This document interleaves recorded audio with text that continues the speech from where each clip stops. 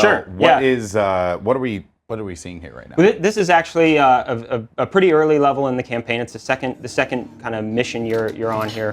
It takes place in what's called the Resource Operations Facility in the UAC. You've basically at the very beginning of the game you've woken up and fought your way out of a kind of a secret bunker that you're in. You don't know why. You don't have a really good idea of what's happened.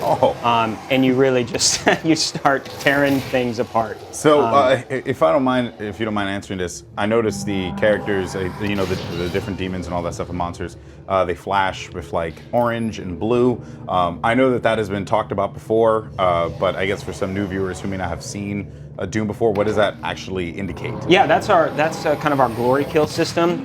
When you've done a certain amount of damage to an enemy, your visor and your HUD highlights them in that way. When they turn kind of that bluish, that means they're stunned and they're kind of in a state of we call it a stagger state. And they're particularly vulnerable. And you can shoot them, you can run up to them, and then glory kill them. And when you get close enough, they turn orange. That's all. That stuff can be turned off through the settings if somebody doesn't like that, wants a little bit more of a challenge for themselves. Okay. Speaking of challenge, as a matter of fact, ultraviolet mode. Oh yes, of course. Hugo's playing on Hurt Me Plenty. We didn't want him dying too much, but the challenge of playing the game is actually a really big thing. Here he's bringing up our automap, that station he touched. You find those throughout the game. Without that, you basically kind of go through and you're revealing parts of the level as you go through.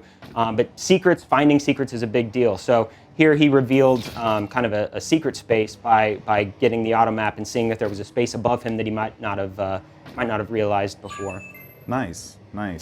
And we did see just there Olivia Pierce, who actually is going to be a central figure in the story. We probably don't want to dive too deep, because clearly we want people to discover that when the game releases.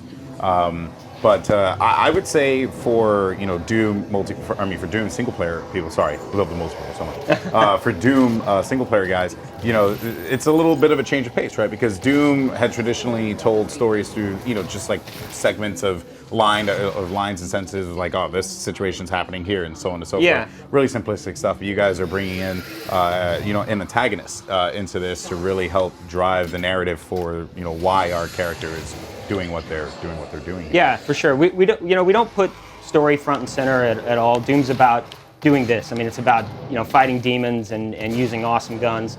So it hasn't been a huge focus necessarily, but as I mentioned, we've tried to infuse a lot of mystery and a story that will keep you kind of playing and digging if you want it. We tend to kind of say like we keep it pushed out of the way a little bit and have you diving in to try and figure it out. Here's another example. He kind of is seeing that there was a suit of armor up there that he missed. Again, players can choose to pull that up whenever they want. If you're really into the exploration aspect of the game, and you want to find all the secrets and you want 100%, might be something up there. But so is that bit there when he brings up the map visible always, or is it just like, hey, here's this part that you may have missed, and then the map kind of alludes to a hint, or there are even more secret portions that I probably will miss and the map won't tell me? Yeah, there's absolutely in fact the map doesn't specifically tell you where there's secrets, and because he found the auto map station, it's revealing the whole map. If he wouldn't have found that just that piece, it would only be revealing where he's going. Oh, really? Yeah. So, and then the auto map stations, are they like actually hidden within the map, or? Yeah, there's one in each map, usually kind of towards the beginning, so you can try and find it. Or if you're just more into like running and gunning, you can skip them. Exactly. You can see here actually we've talked about the glory kill system a little bit, but one of the nice things about it is it's really contextual, so you can see basically wherever he's looking on the character, he's getting these really fluid kills, and again it's completely optional to glory kill enemies, and as you get further into the game, becomes kind of strategic. Like you could have a few guys staggered and decide, man, this is a perfect opportunity to take them out with a bigger gun, use a rocket launcher or a Gauss. In this case, these are all pretty early enemies. This is very early in the game, so you're mostly fighting imps and zombies. And the codex here. Tell me about this. Yeah, this is actually one of the ways that the players can dive in and figure out figure out the lore of the game. Again, we don't really do cutscenes and big cinematic moments. It's just not what we feel like Doom is all about. But we did want to provide a really nice foundation for players to be able to understand what was going on with the UAC, a little bit about who you are, and about and quite a bit about what was going on there. And actually give quite a bit of lore on the different characters or the different monsters, the demons. It's a pretty rich universe that hasn't we've never been particularly explicit about some of these things. So we talk about how revenants are formed, and there's a whole kind of fiction behind that. But again, it's there if you want it. If you just want to kind of play very naturally and just power through, you get that. Yeah, well, if I recall correctly, one of the trailers, I'm trying to remember which trailer it was, but actually showed the construction of a cyber demon, if I was correct, all right? And I find that to be really interesting too, because Doom is a pretty gruesome game, so there's always like those instances. Like I think one of the most prominent scenes in a video game for me, which is so weird, is like dating back to the 360, which I can't believe I said dating back, but that's the world we live in now. Where I think it was Quake 4, I want to say, when like you're going through the I guess construction process of like your legs being like ripped up. Process. Yeah, and I was just like, oh my god, this is crazy, and I actually think that is a pretty cool element that you guys are bringing into Doom. You're really trying to highlight the gruesomeness, while at the same time not really trying to throw like crazy amounts of story in your face, and I also appreciate that it's not shock value, right? It's more like, I have giant guns, I'm gonna beat the crap out of all the demons and monsters and everything that is around me. Yeah, definitely. Speaking of beating the crap out of monsters, here comes a chainsaw. This is Hugo, really cool. have fun. And Hugo's kind of actually been, if you're paying attention at home, he's kind of revealing a couple secrets. We're not gonna ruin all the secrets, but it does give you an example of, if you look around and you try to find some of the secrets. This is actually I was gonna actually have him turn this off, but he was gonna turn off tutorials here. But you get a sense of all this type of things that you can configure through the game. You can change, show your HUD. You can turn off the entire HUD. Turn off the glory kill highlight. Turn off the glory kill highlighting. Yeah, you can play it almost like a stripped down version where there's just you, your gun, and the demons. I saw crosshair styles there too. Yeah. You can change to a simple crosshair. Okay. Something we actually pulled across. It's kind of fun to do is field of view. Not a lot of console games. Thank you. Do field of view. If you want the game to even feel just a little bit faster, just crank that up a little bit to 100. I played 110. Yeah. Straight up. Yeah, on the multiplayer. I loved it. Like a lot of my viewers on my stream were telling me, dude, just go full 110. Thank me later. And oh my goodness, look at that. that is just amazing. The you just mentioned just not all gratuitous. The chainsaw even has a really specific purpose in the game, and as you get deeper in and you're fighting more heavier enemies, harder to kill enemies, it actually serves as a means to when you chainsaw a guy, it gives you a massive dump of ammunition, almost enough to refill all your guns. Really? Yeah, if you notice down there in the bottom right-hand corner, there's two little kind of markers. That's your chainsaw ammo, and you find ammo throughout the world.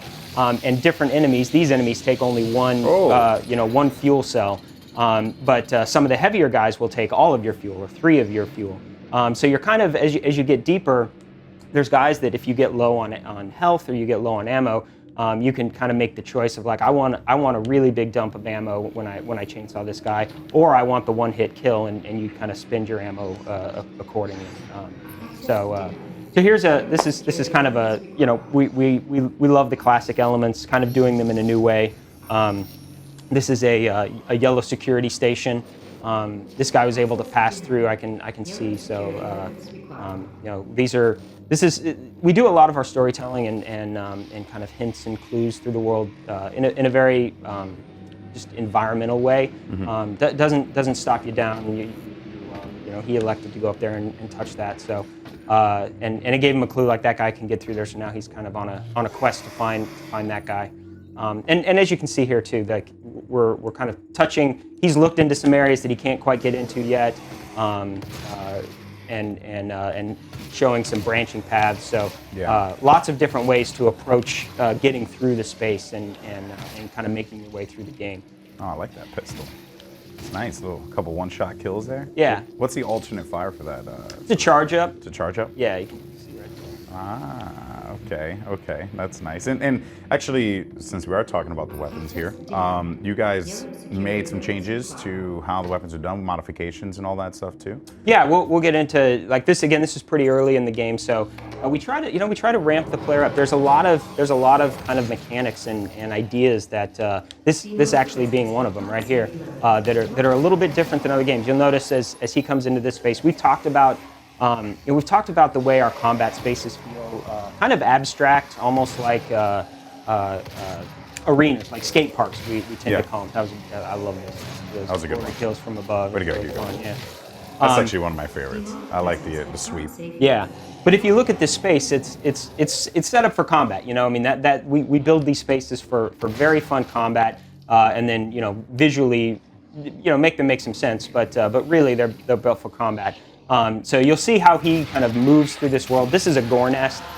These things are present. They kind of create these lockdown areas that when you take them out, it summons demons to kind of protect the space and do a bit of a last stand. So you always kind of see those and you rub your hands together going, this is going to be a good fight. Again, this is pretty early in the game, so a lot of enemies that kind of on the smaller side, but very acrobatic. That's one of my favorite glory kills. Oh, dude, look at you. It's almost like you've done this before, Hugo. This actually looks pretty cool here. And yeah, this section is pretty gruesome. Oh my God. Oh, no way. Blew himself up. You had one job. That's right. Sorry. You had one job. He'll get back to it. This arena is really, really fun. It's at this point in the game, you've actually played through a few arenas. There's as you kind of have crossed the Martian surface at the very beginning in the first mission. We kind of ramp you up again. It plays really different than a lot of modern shooters. We've said kind of throughout the campaign that if you stop, you're dead. I mean, it's all about movement. Well, I got caught in the corner then. That's when I died. Yeah. You got caught in the corner. It was a grenade to your feet. Pretty much, you set yourself up for failure. Which actually reminds me that I should probably at least give myself. I have 1 point. So, okay, so what are we seeing here? Yeah, right here. This is our kind of Praetor suit upgrade. So the suit that you wear is called the Praetor suit. We talk a little bit about that in the lore, but what he's kind of diving through here. Why don't you bring those back up real quick? He has the pistol and the shotgun, and he's already received 2 modifications to the shotgun. So each gun has kind of a base capability that you use with the right trigger, and then as you explore the world, you find these supply drones. Yeah. They scan your arsenal and give you options to attach a mod to this. So for the shotgun, he's already found the charge burst mod and the explosive shot mod. And then there's upgrades that you can earn through these upgrade points that you earn all different ways: combat, exploration, and that kind of stuff. And what's nice about these is you actually don't have to follow the strict progression. You can, like, if you jump down, he could choose any of those open slots. Okay. And then once you've unlocked those 3, you then get a challenge that'll allow you to master the gun. And it really creates this nice progression. Doom has always been about, well, then I'll explain this so you can get back to gameplay. So his Praetor suit has these different categories of upgrades. You get these points through finding, through a lot of exploration. You find these elite guards that have this chip in them, and you get to spend that on your own suit. So here he's going to upgrade his dexterity or his environmental resistance, area scanning, equipment systems, and allows you to kind of hone the gameplay to your specific preferences. Yeah, and I noticed he basically had 1 slot on 3 categories there. Yeah, right? yeah, exactly. And that follows a path. So you kind of spend it however you want. If you really are the kind of player that loves to find secrets, there's upgrades that allow you to do that more easily. If you love the equipment system, you can continue to upgrade that. If you want a faster experience, your dexterity stuff is really, really fun to make glory kills faster as you play through the game. And you know, Doom has always kind of been this this escalation of guns and demons. So you kind of take one step on the ladder, and then the demons take one step up, and then you take one step up. And so we've done that through the collection of guns, but also the finding of mods, and then the progression through upgrades. Yeah, and I'm noticing that too, right? He went after the you know, that particular with the gore segment. Yeah. And you know, the monsters that are popping out, you know, aren't your, you know, big monsters at this point in time, right? I could see that ramp up potentially happening, and makes me even more excited for what the future levels are going to look like, because I can only imagine how ridiculous it gets. And something I, of course, don't. Oh, nice! Look at that right there. Just hit him with it.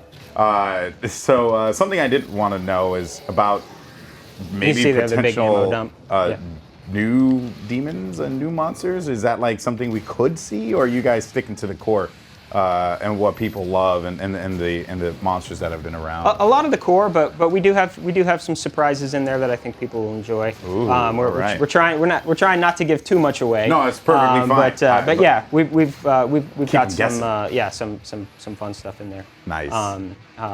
But you know, I mean, it kind of going back, to an earlier question about it, you know, just being Doom. We really did want to. We did want to start, and we really do look at this as a foundation we can build on in the future. We really hope to build on. We did want to start with the things that people love and we love, you know, so like Pinky Demons and Cacodemons, Hell Knights, Barons. So you'll see a lot of that stuff in here. This is again just another little clue of following the guy you're looking for. Yeah. That's my yellow key card, basically. That's your yellow key card? Yeah, kind of a new take on yellow key card. Okay, that's cool. So now, speaking about the missions too, you know, of course, the community has a very deep appreciation for all the, you know, various missions, and you know, like they play them over and over again and find new ways on how to, you know, improve on their, whether it be their strategy, their approach, or just enjoying the design of the levels. Because if that's actually the one thing that I've noticed a lot about the Doom community, because I've been reading a lot of the Doom subreddit, various Doom community sites, and what I thought was pretty cool was really seeing the appreciation that these guys have for game design and the approach. And I think you touched on that a little bit, saying like, you know, this area here is built for combat, right? And like, you know, and you layered it, and of course, I'm fully expecting the community, when the game comes out, to deep dive and break down every single detail. So with that said, speaking of like what people can expect, when they play the missions and whatnot, how long can they expect each mission to be? Is it just cater to how long you want to take? Like if I run through everything like a crazy person, like how long would I, like the average time from start to finish for each mission? You know, it really depends on how you play and how much time you spend. You know, most of our play tests, we do focus tests at the studio. Most of our focus tests for new players who kind of their first run through of the game, if they're looking for a moderate number of secrets and trying to upgrade their guns and that kind of thing. It's in the 13 to 15 hour range to get through on a normal difficulty setting. Okay. Yeah. So and then that probably scales up as you. Yeah. I mean, if you go to ultraviolence, it really changes the way you play and your strategy. But then, you know, you can move through it if you play on an easy skill level and just kind of like blow through it. You're always moving. You're always keeping that stuff ahead of you. Yeah. And really paying attention to what's going on. And some of the easier difficulties, you know, you can take a hit or two, but in Nightmare, you've really got to be on the move. All right, so now tell me about this section here. Yeah, so this is the Lazarus facility, and And this is a little bit more than halfway into the game. Okay. And at this point, you can kind of see architecturally and visually, it's quite a different experience. This place is pretty overrun. This is really the cult of the UAC. I mentioned that we've tried to really infuse the UAC with a bit more. I think when we were talking earlier, I said we've tried to infuse the UAC with a lot more. I almost don't want to talk over this so people can hear it. But infuse the UAC with a lot more just kind of weird. Just we've made them very weird, and because they are weird. I mean, they experiment on demons. It's definitely like kind of self-aware too. It's tongue-in-cheek. It's meant to be fun. Yeah. Okay. Like this line right here. Resolve any questions or concerns on the initiative to weaponize the demons. Report to the chapel. It's like not words you'd expect to hear in a business facility. Yeah, you report to the chapel immediately. Please save your work before you. It's like, Yeah. what are they doing here? Yeah. Well, and I think that's actually, pretty cool. Again, when you think about the other Dooms, right? Doom 1 and Doom 2 definitely, it had its layer of story, but it wasn't one of those things that was like beating you over the head with it. Definitely. But then this is actually what the game is all about right here. Yeah, it's like it's about the weapons, awesome it's about all the guns, craziness. and how you're going to use them, and kind of getting a sneak peek here of all of the types of upgrades. Again, at this point in the game, you've got a lot of the guns, you've got most of the mods. If you found the mod drones that do the delivery. Yeah, so many points right now. Yeah, he's got a lot of points, so he's just kind of we're doing what we call dev load into so that we can jump ahead. So we just jumped ahead into the game. So we kind of set him up so we've got a lot of points, kind of a rough approximation of what you would have in the game. Here he's going to upgrade his suit a little bit more to kind of be more in line with this challenge. It's funny actually when you're playing like this. Sometimes at the office, somebody will try to play a later level without actually upgrading, and they'll have they'll have a hard time, and they'll be like, "Man, this is too hard." And like, did you do your upgrades?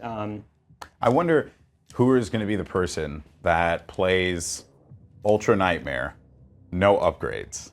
That would be hard. How hard would that be? So we have scale of 1 to impossible. Yeah, we have a couple people at the office that have gotten about a little over a halfway through without dying, but nobody internally has made it all the way through Ultra Nightmare without dying. So wow. We have a way to test it so that we know that it works. But as far as purely playing it exactly how it's how somebody might do it in the wild, nobody's done it yet. So it's going to be one of those things that when it comes out, it's going to be fun to see somebody do it. And it's interesting because it's one of those things like you think, man, somebody'd be really frustrated if they get all the way through the game and they die, towards the end.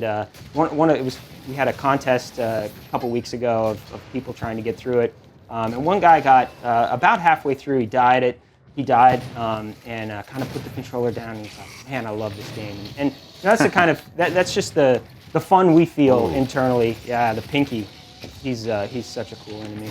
This is so cool. Hugo just exposed his weak spot right there. He's fun because if you he's really tough if you try to take him on from the front.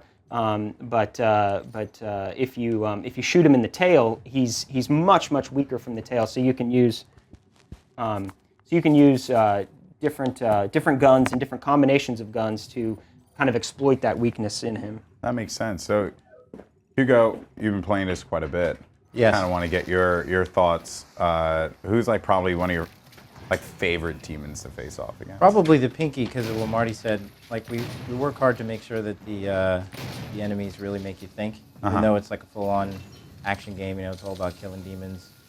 There's definitely like a lot of strategy that goes on while you're fighting, and the Pinky really introduces that because he's armored from the front, weaker from behind. You kind of have to game him to get him to charge you, so you could spin around to his backside and hit him where he's not armored. There are different mods and stuff that you can use to do that, so it's, sorry, trying to concentrate. It makes it pretty fun. You do what you have to do. Okay, you slay these demons. You destroy these monsters. Right now, actually, I have something set up where I can get I have my Rune set up, which is another part of the progression in the game, where basically I've equipped myself for speed. So you unlock these doing challenges in the game. This one is vacuum, so I can actually suck up some of the resources in the world without actually having to walk over to it. Okay, this one is cool. savagery. I can perform glory kills faster and this one is blood fueled. I get a speed boost once I perform a glory kill. Yeah, so that one's really fun. If you love the speed of the game and want, and even you've gotten used to it and you can control it really well, he's my favorite enemy in the game. I have a running joke with my stream. I call him the Scottish Demon whenever I get him.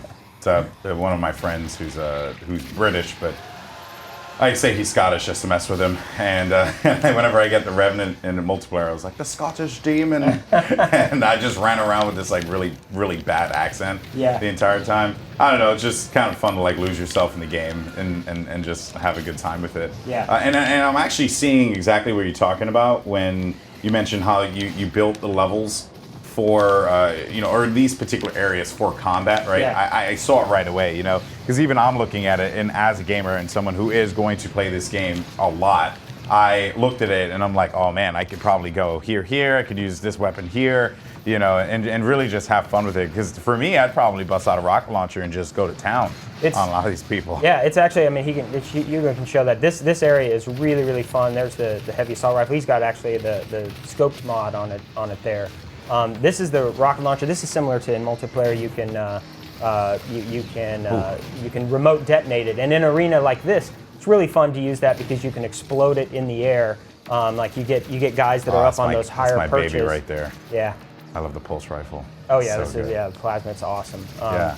And it has some cool, like there he used the stun mod to stun that Revenant and then take him out with a second shot. Oh my God. One of is that? People saw this at E3, but why don't you show real quick the weapon wheel? Because it's a fundamental part of actually switching weapons fast. Chain gun. Yes. Yeah, this is really cool. What chain is gun. that? That's the base. That's the base chain gun. But what is he fighting? I can't Oh, see. I think that was a Hell Knight. Oh, it was a helmet. Okay. Yeah. Can't see too well from here. Oh my God, that's so cool. Oh, he's just picked up haste. Yeah. Oh, that's sick. And it's cool to enter an arena. I mean, it's kind of like a bit of a pro tip. You walk into an arena and you see, it's very Doom also. You walk into an arena and you see a power up in the world and you're like, I wonder when I should use that. Like you see a haste or a quad damage or something like that, and you really have to kind of have this moment of thought of like, I'm gonna wait until I just absolutely need that.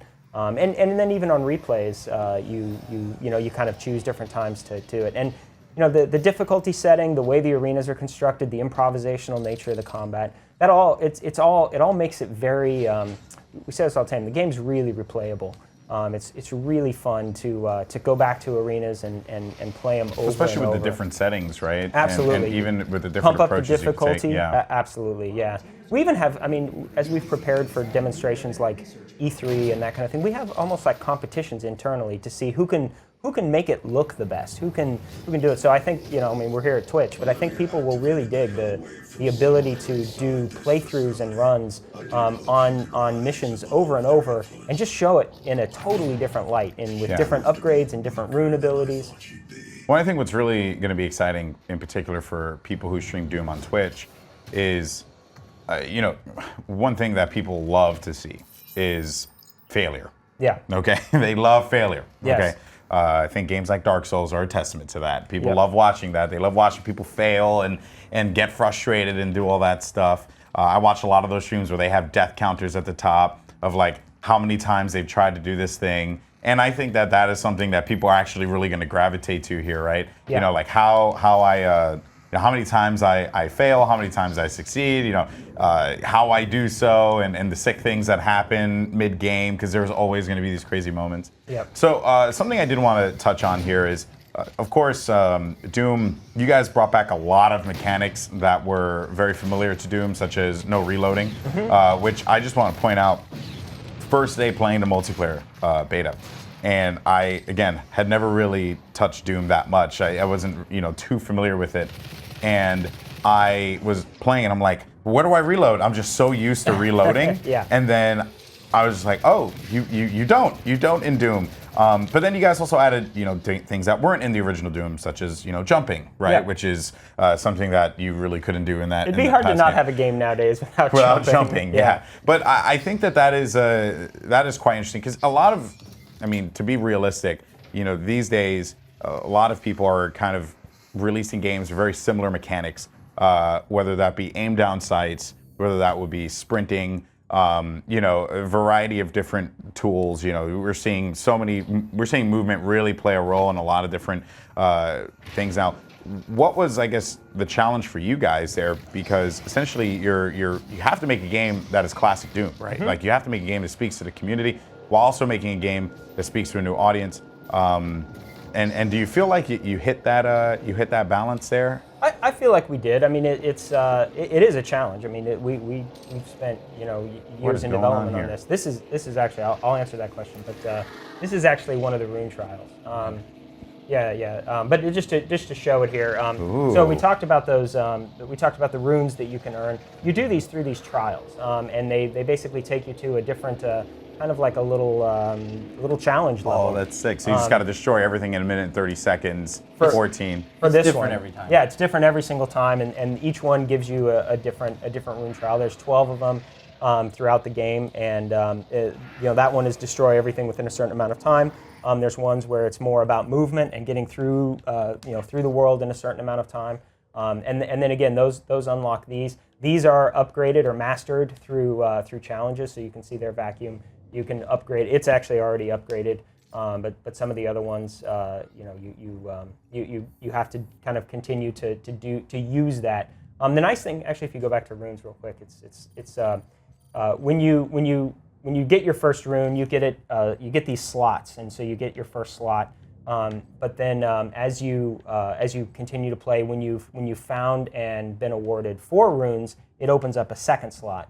And then once you've done 7, it opens up a third slot. And these are all stacking capabilities. So you get this really awesome ability to tune the gameplay to exactly how you want, just based on stacking these runes together in different combinations. And you can adjust these at any point during the gameplay. I mean, he just jumps in here and does this. So you get into a boss fight, and you may adjust your runes. Like you maybe don't want something that plays so much into glory kills. You want something that gives you infinite ammo when your health or when your armor's above a certain, which is another one of them. Before you go too far here, that takes place partway through, and again, that's really where you start to explore how deep the cult goes. Okay. And we keep calling it a cult. It is. They do some weird stuff.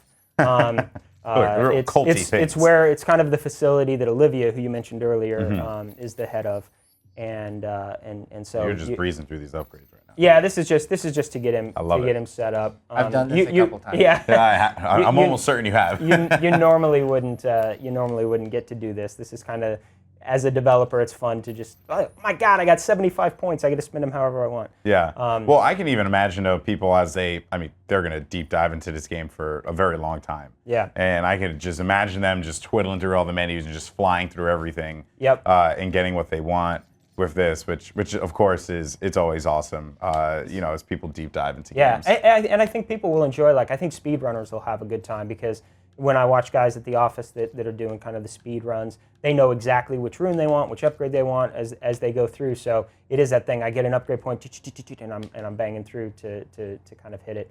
I think it's going to be a game that people really like to stream and create videos of. We have moments all the time in the office that just is like, I wish that was being recorded right now. So I think people will do that a lot. Well, now might be. Yeah, right? Yeah, like absolutely. It's coming out. It's so close. May 13th, right? That's right, May 13th, which a couple is weeks away. I guess both exciting and scary at the same time, right? Yeah, it's mostly exciting. I mean, anytime you scary in a good way. Scary in a good way. It's we both have kids, and it's kind of like, they're not quite college age yet. Mine aren't. Mine are closer.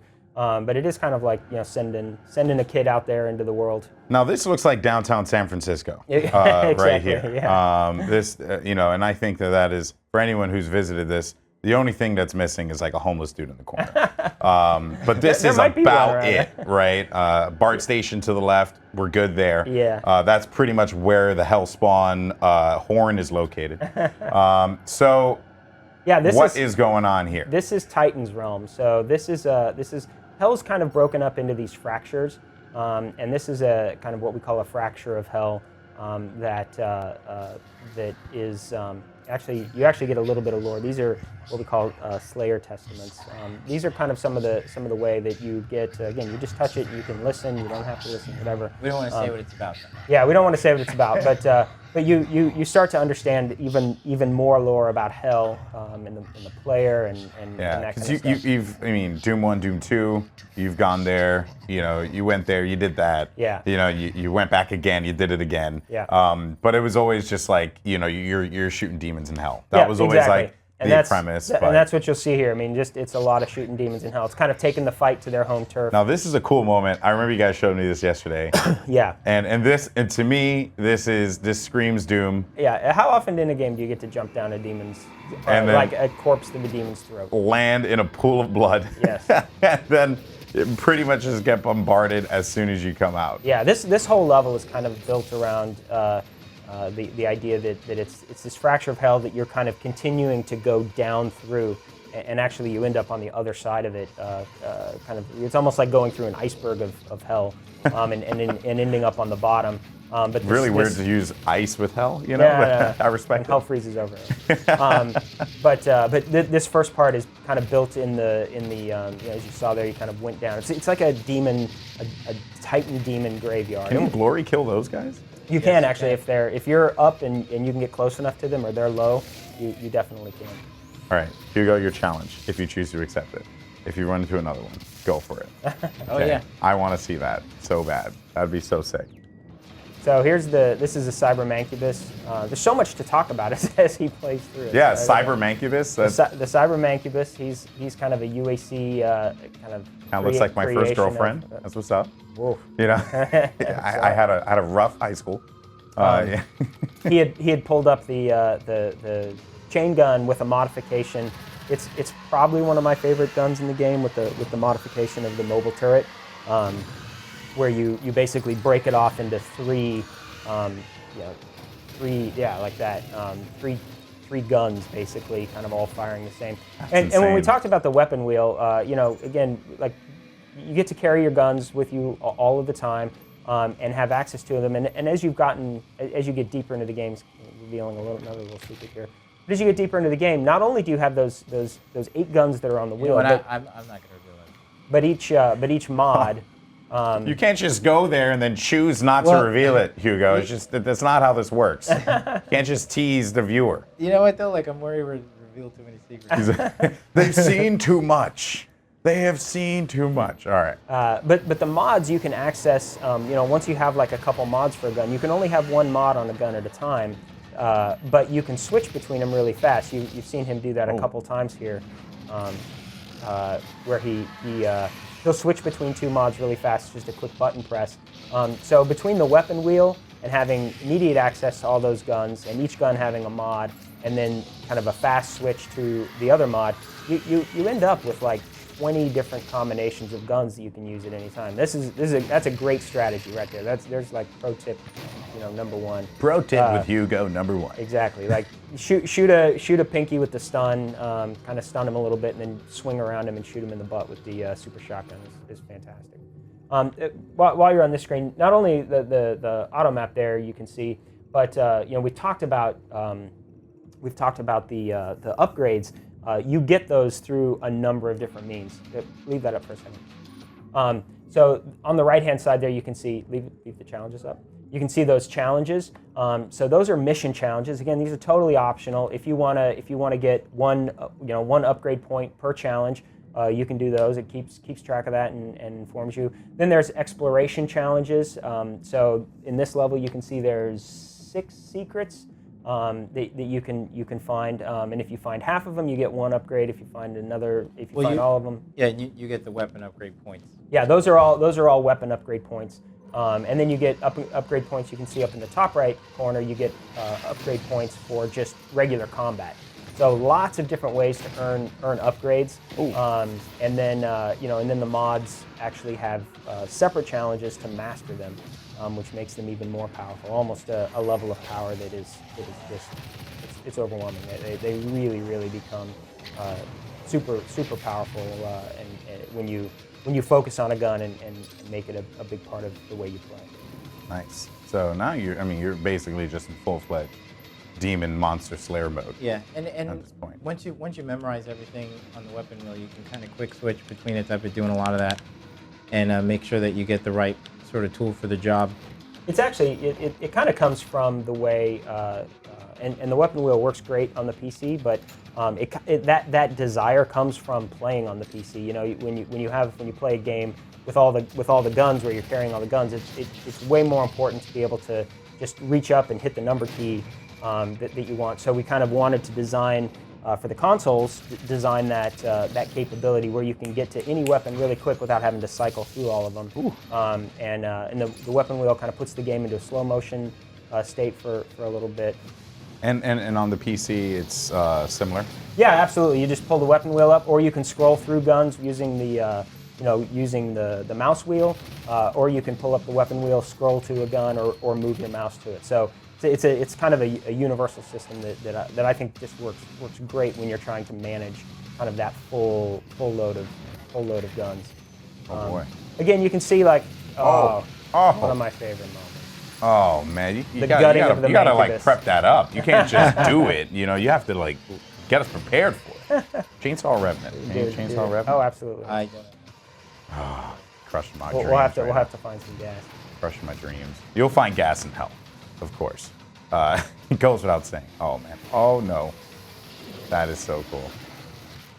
Yeah, you end up, when you get into missions like this where there's just an overwhelming number of demons, you end up using glory kills somewhat strategically, and they actually play into the harder difficulties a little bit, because when you go into them, when you actually activate it, Yeah.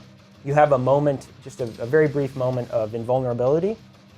So when you're playing on something like Nightmare or Ultra Nightmare, you almost look for those moments where I can go in and glory kill a guy if I'm hanging on the edge of death, and because when you glory kill, it drops a greater amount of health and ammunition. Yeah. So there's a benefit to doing it too, and again, when you're playing on a higher difficulty, it's particularly useful. Yeah. You see, Hugo's been using grenades. So we haven't really talked about equipment. You find throughout the game, you find a few different pieces of equipment. What you've seen there, riding the edge of death there. For a Hugo second. lives life on the edge. Okay. This is what I've discovered with him so far. Throwing grenades on the floor, not prepping up chainsaw kills. There's just a lot of craziness with this guy. Go for it. Oh my goodness. I love that. That's a great glory kill. That's a good one. Oh, I missed him. Yeah, each demon, when you fight it, you can kind of see him here lining up, and pinky charges, and you swing around. It's like being a bullfighter. You just smacked him with his back? With his tail. With the tail on his back. That's disrespectful. But I'll take it. That's cool stuff. That's really cool stuff. And I see the haste there too, just hanging out. Yeah. You pick and choose when you want to use it. All right, so this way like, hey, this is going to be a good opportunity for me to take advantage of this, and Absolutely. And you just jump right through a portal here. So Yeah. Again, another kind of classic thing. It's like we use teleporters throughout the game and portals that allow you to kind of zip from one space to another. We've incorporated, movement is such a big thing. I didn't even talk about it when he was in the last in the Lazarus mission, but he has a double jump capability at this point. So you start out with just a basic jump, and then a few levels in, you discover these kind of double jump boost boots, and then double jump becomes a big part of your movement package, and it's just like, so he'll use it. He uses it a lot throughout here. that quad damage? Yep. Yes, it is, and it's perfect. It's perfect example. You may want to wait for that. Really? Yeah, because most of the fights escalate. So you get in, and if you can kind of handle things okay, a lot of times you want to hold off a little bit until you know that the fight's gotten a little out of control. Oh, that's and just you wrong. pick it up. That is just disrespectful. Pinky gets no love here. Oh, geez, Louise, that's insane. That's cool though. That's really cool. And that's a great example of a guy gets staggered, and then he uses like a fast kill gun to take him out. You don't have to glory kill every single time. It's kind of just a part of the strategy as you play. Yeah. And I could go through the whole game, probably just not glory killing. You could if you single wanted time, to, yeah. You know. It's once you start playing, it's one thing to watch, and then playing is just again it's like dancing. You know, you kind of get out there and you're like it just feels good to be moving through these spaces, and you get into a flow. It is that similarity to without the reload, the fast movement. You're dodging projectiles. All these ideas that early in the game we try to introduce kind of slowly. Because they're not common when you play most shooters today. You try to hide, or you try to let your health regenerate, or that kind of stuff. In this, you blast through, you keep moving. Dodging projectiles even is just something that I think. We start players off fighting imps early because they throw the fireballs, and to get that feeling of swerving between fireballs, swerving between projectiles. Most enemies, their main attacks are either to pressure you or to shoot, to shoot a projectile. There's another good example of just kind of dodging and weaving through that stuff. Oh my gosh, there we go. Yes. Brought out the big gun. Use it. Almost died. Yeah, you were close, man. It was close. I'm telling you, you're living your life. Holy shit. Oh, oh no. Oh my goodness. That is so. No quad damage here. You're not committing. You're not committing. I think you should. He's commit. about to. Think you should commit. I think he's gonna use the BFG on him. Yeah. Oh my goodness. Look at the way he Let just him up. crumpled like a cookie. Jeez. Go for it. Oh no way. That is just the worst way to go. So, Right but there. that's a good example right there. Like you fight a Baron, and that was a one-hit kill of a Baron, which is pretty with the chainsaw, which is like that's pretty valuable to be able to do that. But it cost all of his fuel. He had to be completely full on fuel, and it cost all of it. So now he doesn't. He picked up that ammo, but he doesn't have the capability to use that to kind of continue to get more ammo Yeah, from because from obviously lesser the point enemies. is you guys didn't want people just running through the game and just sawing the crap out of everything that they see. Absolutely, right? absolutely. Yeah, you want to like part of the Yeah, go ahead. part of the fun of Doom is again the weapons and figuring out what works when and how to do it and while the chainsaw is great, you don't want people to just use that. Yeah. which I do respect it. Okay, so Hugo's things making look like those guys easy. So- Lost Souls are fun. so this looks like it's about to get really quick. Yeah. Like I don't know because this is a pretty wide open arena here. Yeah. So I'm afraid for you, Hugo. I hope he you can handle should yourself. ramp up the difficulty, and that's how. Yeah, we had a big talk at the office as to whether what difficulty I should play it at. Because I mean, I've played the game a million times, so I'm definitely playing it on a definitely an easier setting for me. Yeah. Okay. So what you're saying is, these demons, they can't hold a candle to, Stone Cold Hugo over here. But Actually, I'm sorry to cut you. The in-flight mobility thing is I have it on right now, so it allows me to basically move in midair. Yeah, it's a perfect example of everything we do, we try to make from an upgrade perspective. These aren't like micro upgrades. They're not just little like, oh, I can get 5% more damage or something like that. They're pretty meaningful, and they really do fundamentally change the way the game feels or the weapon feels. So his in-flight mobility rune that he's using there, if you really like to play and have massive air control, you can see there like he jumps and he can almost jump out over a ledge and then pull himself back. These are really cool. I love these things. This is as part of our secret system, we have collectibles. These little Doom guy collectibles that when you find it unlocks in our model viewer. You can access our model viewer and be able to see any of the demons, the guns, really up close and see the detail and level that's in them. And you unlock those through finding those collectibles in the world. all right, so it seems like you're about to get. And so what is this yellow skull here? It's a key.